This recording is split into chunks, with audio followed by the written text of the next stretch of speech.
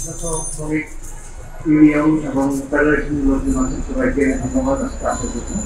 প্রতি বছর আপনারা আসেন আমার বাবার এই মৃত্যুবার্ষিকী উদযাপন করার জন্য। আর আজকে 40 বছর হলো বাবা স্বৈরাচার আন্দোলনে শহীদ হয়েছিলেন।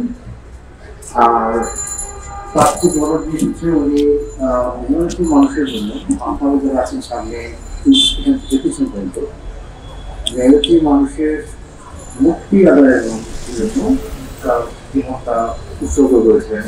উনি চাইলে উনি হয়তো প্রাইভেট জব, সরকারি জব চাকরি করতে পারতেন।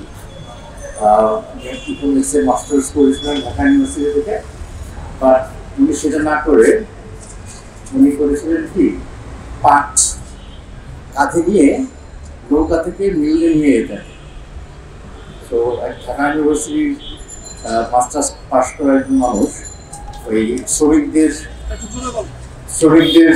জন্য কাজ করার জন্য ভালো চাকরি না করে শ্রমিকদের সাথে মিশে গিয়ে ওই বড় বড় নৌকা করে নারায়ণগঞ্জে নিত, ওখান থেকে আদমজি যুগ ফেলে কাঁধে করে পাট নিয়ে যেতেন।